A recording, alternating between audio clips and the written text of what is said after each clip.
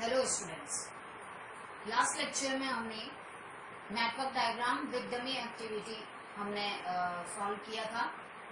यही same question था जिसको हमने रिजॉल्व किया था। इसका फर्स्ट पार्ट हमने किया था, draw the network diagram. Listen, today we are going to study about time of completion of the project, और इसी को हम कहेंगे सीपीएम। तो आज हमें टाइम कैलकुलेट करना है कि इस प्रोजेक्ट को कंप्लीट करने में कितना टाइम लगेगा। हमें इस टेबल में हमें टास्क दिए हुए हैं और साथ में एसोसिएट जो एक्टिविटीज हैं इनकी टाइमिंग दी हुई है। नेटवर्क डायग्राम जो है वो एक्सप्लेन किया हुआ है। इसके लिए इस वीडियो के साथ जो लिंक दिया हुआ है प्रीवियस लेक्चर का, उसको क्लिक करें तो आपको ये डिटेल में नेटवर्क डायग्राम मिल जाएगा। नाउ सीपीएम कैलकुलेट करने के लिए दो मेथड है हमारे पास, forward pass method and backward pass method. Forward pass method use किया जाएगा to calculate earliest event time and backward pass method latest event time. तो जहां ये दोनों टाइम सेम हो जाएंगे वो हमारी क्रिटिकल एक्टिविटीज में शामिल हो जाएगा। तो हाउ टू डू दिस, वही आज हमें इसमें करना है लेक्चर में। सो फर्स्ट हम बी के साथ, टाइम के एसोसिएट है 8, तो हम बी के साथ 8 लिख लेते हैं। लाइकवाइज ए के साथ 23, सी 20, D activity it's 16, F, E, for E it is 24, F 18, for G it is 19, for H it is 4 and for I it is 10। तो ये हमने नेटवर्क डायग्राम के साथ टाइमिंग लिख ली है कि ये इसके एसोसिएटेड टाइमिंग है। सबसे पहले हम फॉरवर्ड पास मेथड अप्लाई करेंगे और उससे हम अर्लीएस्ट इवेंट टाइम कैलकुलेट करेंगे। Now to calculate earliest event time, first इसका जो रिप्रेजेंट करेंगे, इसके लिए जो टाइमिंग, इसको हम सर्कल में डिनोट करेंगे और जब बैकवर्ड पास लगाएंगे तब हम इसको स्क्वायर बॉक्स से डिनोट करेंगे। तो स्टार्टिंग में टाइम 0 फॉरवर्ड पास मेथड के लिए कर रहे हैं। मेथड क्या कहता है, अर्लीएस्ट टाइम कैलकुलेट करना है। एक्टिविटी स्टार्ट हो रही है 0 पे, 0 मिनट या जो भी यूनिट हम लेना है, 0 आवर्स और 0 days whatever. Okay, 0 plus time add करें, 0 प्लस 8 दैट इज 8। यहां से सी के लिए कैलकुलेट कर सकते हैं हम एक्टिविटी के लिए। 0 स्टार्ट टाइम इज 0, टाइम कितना लगेगा सी एक्टिविटी को परफॉर्म करने में 20, तो 0 प्लस 20 इट्स 20। 20 से हम 19 ऐड करेंगे, इट विल बी 39। अब यहाँ आपको केयरफुल रहना है कि यहाँ आप जब करेंगे सी की हेल्प से 39 मिल रहा है, बट ये जो आपकी इवेंट है यहाँ पर देखिए दो तरफ से एरो आ रहे हैं। इसका मीनिंग हम 1, 3, 6 रास्ते से भी जा सकते हैं, फिर 1, 4, 5 और 6 रास्ते से भी जा सकते हैं। तो फॉरवर्ड पास के लिए आपको ये ध्यान रखना है कि जहां टाइम ज्यादा है वो हमको यहाँ पर यूज लेना है। ओके, तो यहाँ हमको मिल रहा है 39, बट हम यहाँ 39 नहीं लिखेंगे, हम इधर से भी चेक करेंगे। तो आप पहले इसके लिए कर लें, 0 टाइम, 0 ऐड करें, ये अर्लीएस्ट टाइम है, 0 में ये टाइम ऐड करेंगे तो फोर्थ जो इवेंट है इसके लिए आपको मिल जाएगा, इस नोड के लिए time that is 23, right in box. Now 23 plus 16 it is 39, तो for 5 we are getting 39 and 39 plus 18 we are getting 57। 39 हमें यहाँ मिला था, 57 हमें यहाँ मिला है, तो ग्रेटर कौन है 57, therefore we will write here 57। Now 57 plus 10 we are getting 67, but we will not write here 67 because यहाँ पर कितने एरो आ रहे हैं 1, 2 and 3. तो इन तीनों में से जो मैक्सिमम होगा वो हम यहाँ पर लिखेंगे. अब यहाँ से देखिए 8 + 4 इट इज 12. तो इस रास्ते से अगर जाएंगे तो हमें 12 मिलेगा. अच्छा यहाँ से जाइए 23 + 24 how much you are getting? It's 47. यहाँ से हमें 47 मिलेगा और यहाँ हमें 57 + 10 67 मिल रहा है. तो आपका टाइम कितना हुआ? यहाँ पर हम कौन सा वाला लेंगे? 67. एंड नॉट पर पहुंच गए. ये आपका हुआ फॉरवर्ड पास. अब आप अप्लाई करेंगे इसमें बैकवर्ड पास. बैकवर्ड पास में आपको क्या करना है? टाइमिंग को माइनस करते जाना है. यहाँ पर आप बैकवर्ड पास कैलकुलेट करें. 67 - 4 दैट इज इक्वल टू कितना मिलेगा? 63. और इसको आप किस में लिखेंगे? स्क्वायर बॉक्स में. यहाँ पर भी ये स्क्वायर बॉक्स में लिख लें कि अब हम यहाँ से शुरू कर रहे हैं. 67 - 4 and we are getting how much? 63. Okay. Now 63 - 8. Okay, वो क्वांटिटी यहाँ आएगी. लेकिन यहाँ पर 3 एरोज हैं. इन 3 एरोज की वजह से हम क्या करेंगे? जो मिनिमम होगा उसको यूज लेंगे. तो मैं यहाँ एक कीवर्ड लिख रही हूँ फॉरवर्ड पास, यानी आपको मैक्सिमम लेना है, और बैकवर्ड पास यानी कि आपको मिनिमम वैल्यू लेना है. इससे आपको याद रहेगा कि हमको कब मैक्स लेना है और कब मिन लेना है. तो इसको अभी आप छोड़ दें. यहाँ से चले 67 - 10 57 मिलेगा. इसको भी आप स्क्वायर बॉक्स में लिखें. इट्स 57. 57 - 19 कितना मिलेगा ये आपको? It will be 57 - 19 that is 38. ये 38 मिला. Now leave it. 1 पर 3 आ रही. 1, 2, 3 तीनों से जो मिनिमम होगा वो हम यहाँ लिखेंगे. यहाँ से अब नीचे चलें. 57 - 18 तो आपको 39 मिलेगा. एंड 39 - 16 वो कितना मिलना है आपको? 39 - 16 इट विल बी 23. बट ये 23 लिखने से पहले आपको चेक करना है. हम 4 तक इस रास्ते से भी पहुंच सकते हैं और डायरेक्ट भी है. तो यहाँ पर आप जब 67 - 24 करेंगे, 67 - 24 तो आपको कितना मिलेगा? 43. और यहाँ से अभी आपको कितना मिला? 23. तो यहाँ पर आपको क्या लेना है? Minimum of 23, 43. ठीक है, ये मैंने थोड़ा सा आईडी के लिए लिख लिया है कि इस रास्ते से जब यहाँ आए 39 - 16 वी आर गेटिंग 23. एंड इस रास्ते से 67 - 24 जब आप करेंगे यू आर गेटिंग 43. तो minimum is 23. Therefore I am writing here 23 in square box. Square box is used for backward pass method. Now 23 - 23 we are getting 0. Okay, यहाँ कितना मिल रहा था आपको? 38 - 20 एंड यहाँ मिलेगा 63 - 8. तो तीनों में से मिनिमम कौन सा है? 23 - 23 दैट इज 0. तो ये हमने कंप्लीट कर लिया है backward pass and forward pass. Now critical path हम कैसे कैलकुलेट करेंगे? इसमें क्रिटिकल पाथ के लिए आपको वो एक्टिविटीज सेलेक्ट करनी है जिसकी हेड नॉट और टेल नॉट. ये जैसे फॉर एग्जाम्पल एक्टिविटी ए, तो इसकी स्टार्ट नॉट 1, इसको हेड नॉट कहेंगे and tail node is 4. So head node और टेल नॉट दोनों के लिए फॉरवर्ड पास से और बैकवर्ड पास से जो अर्लीस्ट टाइम और लेटेस्ट टाइम कैलकुलेट किया है वो इक्वल होना चाहिए. सो हम कहाँ इक्वल मिल रहा है हमको? एक्टिविटी ए पर, यानी आप 1 से 4 पर जाएं. 1 से 4 देखिए टाइमिंग सेम है. 4 से आप जाएंगे 5 क्योंकि यहाँ पर भी टाइम सेम है. अर्लीस्ट और लेटेस्ट 39 एंड 39 दैट इज 5. 5 से आप जाएंगे कहाँ? 6 पर क्योंकि यहाँ पर ये दोनों अर्लीस्ट और लेटेस्ट टाइम सेम है 6. और 6 से आप जाएंगे 7 पर क्योंकि इस नॉट पर भी कितना है? 67 एंड 67. सो टोटल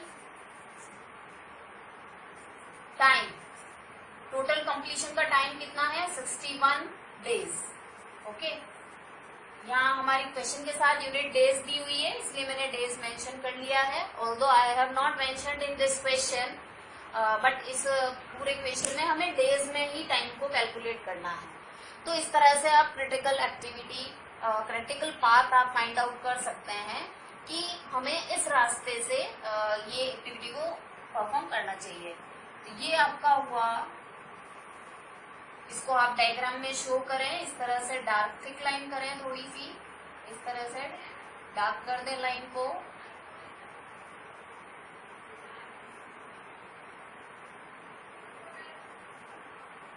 तो ये जो थिक लाइंस हैं ये शो कर रही हैं कि थिक लाइन शो कर रही है कि ये काफी क्रिटिकल एक्टिविटीज हैं, क्योंकि पूरे प्रोजेक्ट का जो मेन जो होता है रिस्पॉन्सिबिलिटी, ये इन क्रिटिकल एक्टिविटीज पर होती है। टाइम कैलकुलेट करने के लिए 1 to 4 कौन सी एक्टिविटी है, ए, इसका associated time 23। 4 to 5 D activity है जिसका टाइम 16 है, तो plus 16। F 5 to 6 F event और इसकी टाइमिंग क्या है 18। और 6 to 7 जो है वो आई एक्टिविटी है जिसका एसोसिएट टाइम है 10। इस सारे टाइम को ऐड करेंगे तो आपको कितना मिलेगा 67। ओके, ये आपके रिटर्न वर्क के लिए है, अदरवाइज डायग्राम ऑलरेडी शो कर रहा है कि 67 डेज टाइम है। नाउ हम अर्लीस्ट टाइम, लेटेस्ट टाइम और टोटल फ्लोट, ये कैलकुलेशन हम यहाँ पर लिखते हैं। ये हम कैसे कैलकुलेशन लिखेंगे, ऑल्दो हम सारा पढ़ चुके हैं इस डायग्राम के अंदर, बट जब एग्जाम में अर्लीस्ट टाइम, लेटेस्ट टाइम और टोटल फ्लोट की कैलकुलेशन की जाती है तब हम इसको किस तरह से टेबुलर फॉर्म में लिखेंगे वो हम कुछ एंट्रीज इसमें सीखेंगे। ए 1 to 4 first activity, A 1 to 4 timing इसके साथ लिखा हुआ है TIJ 23। EI start, S for start, तो अर्लीस्ट टाइम कैलकुलेट कर रहे हैं हम। अर्लीस्ट टाइम के लिए हम कौन सा लेते हैं, फॉरवर्ड पास, तो हमें सर्कल वाली क्वांटिटी से ही डील करना है। EI यानी कि फर्स्ट आपका यहाँ 0 है, और EI प्लस TJ इसके साथ जो टाइम एसोसिएटेड है, तो A एक्टिविटी के साथ कितना है 23, तो ये कितना मिला आपने को 23। नेक्स्ट B एक्टिविटी 1 से 2 के लिए, तो 1 से 2 के लिए आपके पास कितना है 8, यानी कि 0, स्टार्ट टाइम कोई 0 और C का भी स्टार्ट टाइम 0, क्योंकि तीनों एक्टिविटी एक ही इवेंट से निकल रही है जिसका स्टार्ट टाइम कितना है 0। और टेल इवेंट का यहाँ से A के लिए 23, इसके लिए 8 और C के लिए कितना मिल जाएगा यहाँ से ये 20, यानी जो सर्कल में लिखी है वो क्वांटिटी हमें लिखना है इसके लिए। 4 to 5 डी एक्टिविटी 16 था। ओके, तो इसका स्टार्ट टाइम कितना है यहाँ से देख लें, sorry 4 to 5, this is 4 to 5, start time is 23। 23 में आप ऐड करें 16 तो आपको कितना मिलेगा ये 39। सो डी एक्टिविटी के लिए आपको ये मिलेगा 39। और वैसे भी आप अगर इसकी हेल्प में लेना चाहें तो इस टेबल से ही आपका ये TIJ आपको दिया हुआ है, तो स्टार्ट इवेंट का पता कर ले और उसमें TIJ क्या करें, ऐड करें। उसी तरह से जब आप ई इवेंट के लिए कैलकुलेट करेंगे, ये रहा आपका ई इवेंट है 4 to 7, दिस इज 4 to 7। सो ई के लिए स्टार्ट टाइम कितना है 23 और एंड टाइम कितना है 67 है क्या, सर्कल हमने कहा अभी सर्कल की क्वांटिटी लेनी है, नो, आपको क्या करना है 23 में TIJ इसके साथ जो टाइम एसोसिएट है उसको ऐड करना है, तो उसको आप ऐड करें, सो यू विल गेट 47। तो इस जगह आपको ध्यान रखना है बहुत कि जब आप ये सर्कल वाली क्वांटिटी पे एम्फेसाइज कर रहे हैं तो उसके साथ ये ध्यान भी रखें कि जब हम इनको ऐड कर रहे हैं 23 प्लस 24, तो what we are getting 47। Okay, for H activity start time, ये एच एक्टिविटी के लिए start time 8 plus 4 this is 12। So ये रहा आपका 12 जो हमने लास्ट कैलकुलेट किया था। So don't write 67 okay in these places. For 3 to G activity, for G activity कहाँ से है हमारी 3 to 6, so 3 to 6, so 20 plus 19, यहाँ पर भी ध्यान रखना है 20 प्लस 19 इट इज 39 और स्टार्ट टाइम कितना है 20 एंड टाइम कितना है 39. Now for F activity 5 to 6 F activity ये रही 5 to 6 39 plus 18 so start time is 39 and end time is 57 and for I event start time is 57 and 57 plus 10 we are getting 67. तो बहुत सी entries हम table से इस diagram से ही लिख सकते हैं, लेकिन कहीं कहीं आपको ध्यान रखना पड़ेगा. जैसे इस तरह की एंट्रीज जो यहाँ 3 नोट जा रही है, इन 3 नोट में 67 किससे मिला था हमको लास्ट, इससे किसकी हेल्प से मिला था कि 57 प्लस 10 67. बट यहाँ पर 8 प्लस 4 कितना दे रहा है 12. तो यहाँ जब आप ये कैलकुलेशन करेंगे तो ये कैलकुलेशन में आप 1, 2 और ये 3 पॉइंट जो है वहां आपको क्या करना है. थर्ड पॉइंट हाँ ये 1, 2 और एक ये जो जी है इसके लिए आपको ध्यान रखना पड़ेगा. Okay, so be careful while writing this earliest time. Now latest time. Latest time के लिए हमें ए एक्टिविटी के लिए करेंगे. कहां से शुरू हो रही है 0 और एंड कितना है इसका 23. तो यहां आप लिखेंगे इसका स्टार्ट टाइम और फिनिश टाइम लिखना है. तो स्टार्ट टाइम क्या है इसका 0 और एंड टाइम कितना है इसका 23. ये चीज क्या शो कर रही है कि आप देखें एल जे इसका फिनिश टाइम कितना है 23 माइनस ये टी आई जे है, ये टी आई जे इसको आप माइनस करेंगे तो आपको कितना मिल जाएगा 0 मिल जाएगा. तो वही अपने को लिखना है. इसी तरह से 1 से 2 बी 1 से 2 के लिए आपके पास लास्ट टाइम क्या है इसका 63. ये लिखना है आपको यहाँ पर 63 और 63 माइनस कितना लिखा है टी आई जे. तो 63 माइनस आप कितना कर लें 8. So you will get 55. For 1 2 3 ये रही 1 से 3 के लिए स्क्वायर बॉक्स में कितना लिखा है 38. तो that is the finish time. ये हमारा फिनिश टाइम है. यहाँ हम लिखेंगे 38 और 38 माइनस टी आई जे यानी 20. 38 माइनस क्या करेंगे 20. तो 38 माइनस 20 आप करेंगे तो आपको कितना मिलेगा 18. लाइकवाइज इसी तरह से आपको बाकी एंट्रीज में डायरेक्ट लिख रही हूँ और इसी तरह से आपको ये कैलकुलेट करनी है. आपको कहाँ केयरफुल रहना है वो मैंने आपको बता दिया है. जैसे ई एक्टिविटी ले लें.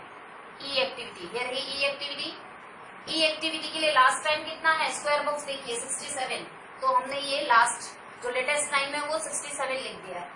ठीक है, 67 माइनस कितना करेंगे आप T I J that is 24 minus करेंगे आप तो आपको कितना मिलेगा 43. ये कैलकुलेशन हमने शो भी कर रखी है. तो डोंट राइट 23, आपको 23 नहीं लिखना है. यहाँ से 67 minus T I J 67 minus T I J you will get 43. Likewise इसी तरह से आप बाकी की एंट्रीज को भी कंप्लीट कर ले. मैं डायरेक्ट लिख रही हूँ ये एंट्रीज. कंसेप्ट आपको आई होप कि आपको कंसेप्ट समझ में आ गया होगा इसका. इस तरह से नाउ हमें कैलकुलेट करना है total float. Total float calculate करने के लिए आप क्या करेंगे L J minus E I plus T I J.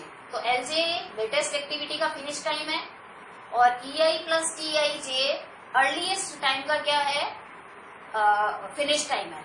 तो लेटेस्ट टाइम का finish time minus earliest time का फिनिश टाइम आपको करना है. तो इससे आपको मिलेगा 23 माइनस 23 इट विल बी 0. 63